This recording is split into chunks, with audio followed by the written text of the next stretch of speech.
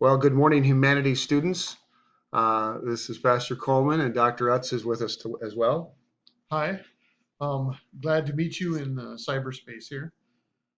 So we just wanted to run through kind of a lesson for today and remind you that we still exist and humanity issues are still out there. Kind of interested to even hear what your take on humanities might be and worldview in relates to the coronavirus. I'm not sure what that would be, but uh, some very interesting things, no doubt. So just to run through some of the stuff that we've got going here. Um, we're going to go through some of these slides and find out what's going on. Well, there was your assignment. Unfortunately, no quiz for today. You'll just have to self-quiz yourself, just like you're self-quarantining yourself, self-quiz, and remind yourself that we'll jump right back into that chart when we meet again, or somehow, or if we don't see each other till the final, it will be there. So be ready for that, and looking forward to all your other stuff. Now, on your assignments, we didn't talk about this, but I guess you can email it to us, or Okay. I think even online, if you're on the Pioneers website, I think you can upload assignments, and we'll get them. Uh, haven't done that a lot, but we'll figure that out. But Which will mean everybody has to type it. yep, or you could scan it probably, or take a picture. I don't like pictures of them, but scanning it like a PDF or something and sending it to us. But do the best you can on that, and that will be good. Now, of course, there's our warm up. We're not going to have that, but remember that you'll need to know all these things. That whole chart you will be accountable for all the things that are on there. So today we want to talk about sociology a little bit, which I guess comes to play in our current media because they talk about social distancing, right? We're trying to distance ourselves from other people socially. And we all know that homeschoolers do that anyway. So we're good at that. But the chart is this. Um, You're yeah, good. it's close enough. For the sociology, the different worldviews, the Christianity, the traditional family, church and state, Islam, very similar, but they would also put in their polygamy and the mosque and the Islamic State, secularism, the non-traditional family, just to define whatever is very functional. And of course, Leninism, we've talked about this before, how that Marxism really hates traditional family because it's oppressive by the male who owns the rest of the family then apparently. So they would say shouldn't be any of that. And cosmic humanism, again, a non-traditional kind of define it the way you want. And then postmodernism, the sexual egalitarianism, I can't even say the word, equalism, that everything is equal. In other words, sexual relations don't even really matter. They're just whatever. And no norms, no right or wrong, all that stuff that goes along with that. Obviously, our view is the Christian sociology view is based on the proposition that the individual as well as the social order are important to God, mankind, and society. Right? God has commands for us, and we're important, but also what we do are important. The social structure, the whole civilization is important to God, but also the individual is important to God. And of course, God has ordained social institutions to teach love, respect, discipline, work, and community, such as the family, church, and the state. The Bible teaches that each of those estates or function or institutions have different responsibilities, such as the family is charged with reproduction as well as training and nurturing the individual. That's part of just the way God made us biologically, but also even emotionally, socially, that He trained us to grow and be nurtured in those kind of environments.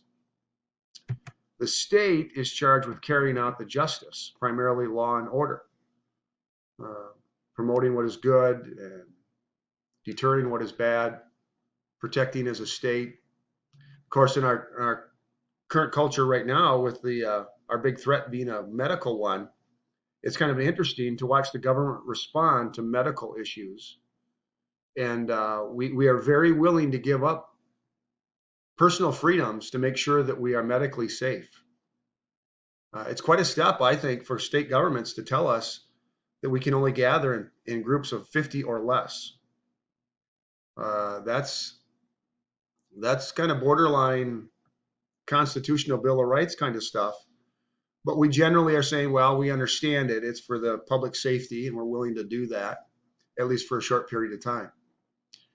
But to stay in their lane and all that goes on with that, that's a politics thing. But for our sociology, we think that the state or government has a place.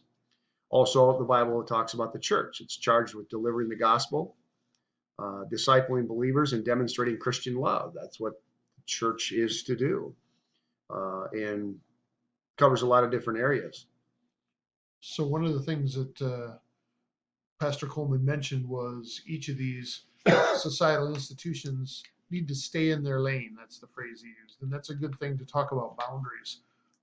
You wouldn't want me as a husband or a father showing up at your house to tell your parents what to do, or showing up at your church. That would even be worse, to tell your church what to do because I am a father. So we each have been delegated authority from God for specific tasks. So the family's task is different than the church, which is different than the state. And God has absolute authority, and He sets the boundaries and gives delegated authority to these three places for specific reasons. Exactly. And they all cover it. We need all three of them. God designed us that way. And so sociology needs all three of them. And where it is true that there can be abuses, people can get carried away or not do their part. There are problems, but this is still the way God designed us to be. So Christian sociology focuses both on society as a means of human cooperation with God's will and the individual as a vital part of social institutions within society. Meaning we have both personal responsibility and corporate responsibility. We have that I need to make sure I make my own bed, so to speak, or keep my own bedroom clean, keep my own house in order. But I also have a responsibility to kind of help out other people do that as they need help and collectively, and sometimes protect each other and all that. So there's a need for both of those. Whether Christians or secular, all sociologists acknowledge the existence of social institutions such as the family, church, and the state. They differ, however, in their descriptions of the origin, authority, and purposes of these institutions and how each relates to the individual. All right, everybody recognizes that there's human government, that we as people, we kind of govern each other, and there's various forms of governments, whether that's democracy or a monarchy or whatever. That's obvious. We govern it ourselves. Also, there's some kind of family. I mean, obviously, babies come from somewhere, and we relate to people. We like to be relational and all. And obviously, we have a religious element to us, even if some people would like to say it's just a creation of our own mind. But it's obvious. Human study would show that's a reality. But where that comes from, the differing, I keep pointing at the screen like you can see me pointing at it. They differ in their description, authority, and all of that. So here's some of the differences. What makes a difference is the worldview. So the postmodern worldview talks about the church. Here's Richard Rorty, good for a lot of quotes. Talks about the future of religion. He says, well, he replaces his atheism with anti-clericalism, contending that congregations of the faithful are socially unobjectionable, but ecclesiastical institutions are dangerous to the health of democratic societies. So, isn't that interesting that it's okay that you could have a church, but nobody is going to complain about the church. But if you have a leadership with setting direction, and you have leadership with standing up for that congregation, that's a dangerous thing. yeah, anything that's not on the individual that gets bigger and turns into some kind of meta narrative like an organized church that says this is the way it is dangerous to him. So the last paragraph, religion is unobjectionable as long as it is privatized. So that sounds a lot like what we talked about with those two tiers of truth, that you can believe anything you want. That's fine as long as you keep it to yourself. But don't try to make it public policy, or don't try to make it, anything other than private. Private religious views are acceptable, but organized church is not. So, very interesting. Marriage, obviously, is part of sociology. Every society, but by offering its automatic judgments, limits the vision of its members. From our earliest years, we are seduced into the system of beliefs that becomes so inextricably braided into our culture that we cannot tell culture from nature. So as you meditate on that for a bit, what she is saying is that our ideas of, excuse me, our ideas of family and marriage have through the years just become so common to us because we've been taught this, that we just assume it's true because that's what our grandparents taught us and our parents taught us, and that's what they did before it, and that's just the way it has become. Therefore, that's the way it always has been to us. And so we're seduced into that. We are just thinking, well, that's just the way it's always been. And it becomes inextricably braided. In other words, it just becomes so much of our mental fabric that you couldn't tear it out. You couldn't change it because that's just the way we think it is. However, it doesn't have to be that way, right? So another one here on marriage is New Age guy, about the temporary nature of marriage, really the pragmatic nature of the utilitarian nature of marriage, I guess. People who divorce almost inevitably feel that they have failed because they assume, notice the word assume all marriages should last forever. In most such cases, however, the marriage has actually been a total success. It helped each person to grow to the point where they no longer need its old form. Thus, attempting to maintain traditional versions of marriage and family is counter-evolutionary. So you'll hear this all the time, even from people that don't claim to be New Age or postmodern, is that, well, I just grew out of that marriage. We grew in different directions. We changed and we didn't need each other anymore.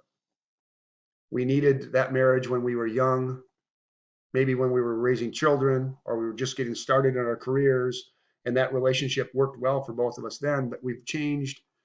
Therefore, our needs have changed, and you don't meet my need anymore, or I don't meet your need anymore. So there's no point in us staying together. I need something different now. And it all sounds kind of, well, garbagey, but it's not the way God intended it. Yeah, there's a quote that talks about up until you get married, you are looking forward. It is your passion, uh, your relationship with each other that brings on the commitment of marriage. But after you make a covenant, then it is that covenant that holds your marriage together. So in Christianity, the covenant doesn't evolve, it doesn't change. It keeps us who are prone to wander faithful to the other person, and we grow together because of that covenant. Yeah, it's a totally different way of looking at it. We would say the Bible, and there's slides coming we won't get to, but that we would say marriage is one man for one woman for life, and we change, but we change within that covenant and that arrangement. So uh, this one is interesting about education. I'm convinced that the battle for the humankind's future must be waged and won in the public school classroom by teachers who correctly perceive their role as proselytizers of a new faith, a religion of humanity that recognizes and respects the spark of what theologians call the divinity in every human being. These teachers must embody the same selfless dedication as the most rabid fundamentalist preachers. By the way, you could probably count me as a rabid I fundamentalist know, and I preacher. like that. I got Okay. reference there. We are rabid fundamentalists. But what is interesting here is that students, because